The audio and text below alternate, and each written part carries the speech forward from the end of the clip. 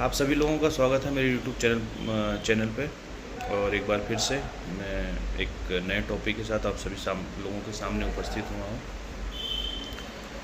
दोस्तों, हमारे देश में खासकर नॉर्थ इंडिया में कुछ हो या न हो, एक चीज़ बड़े पैमाने पर होती है, वो है जातिवाद की विशेषता और जातिवाद का नारा और जातिवाद को बढ़ावा चढ़ाना।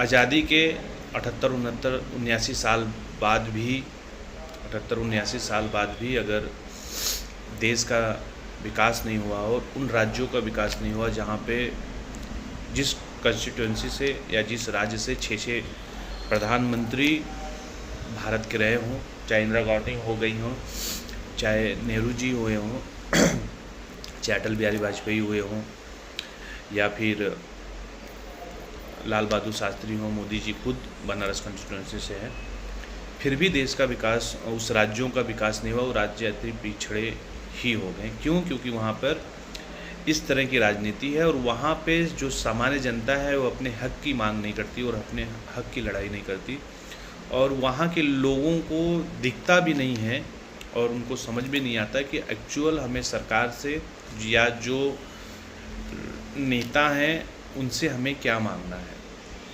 उनको मांगने का भी पता नहीं है कि हमें मांगना क्या है।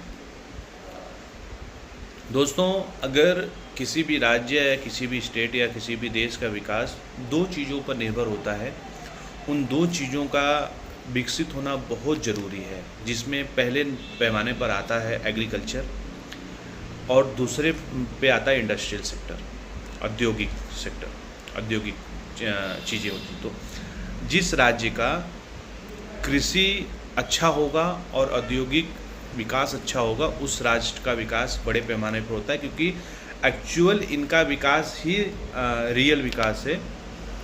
और क्योंकि ये कहीं ना कहीं संपत्ति क्रिएट करते हैं और सही मायने में, अगर हम कहें तो सही मायने में ये रोजगार सृजन करते हैं।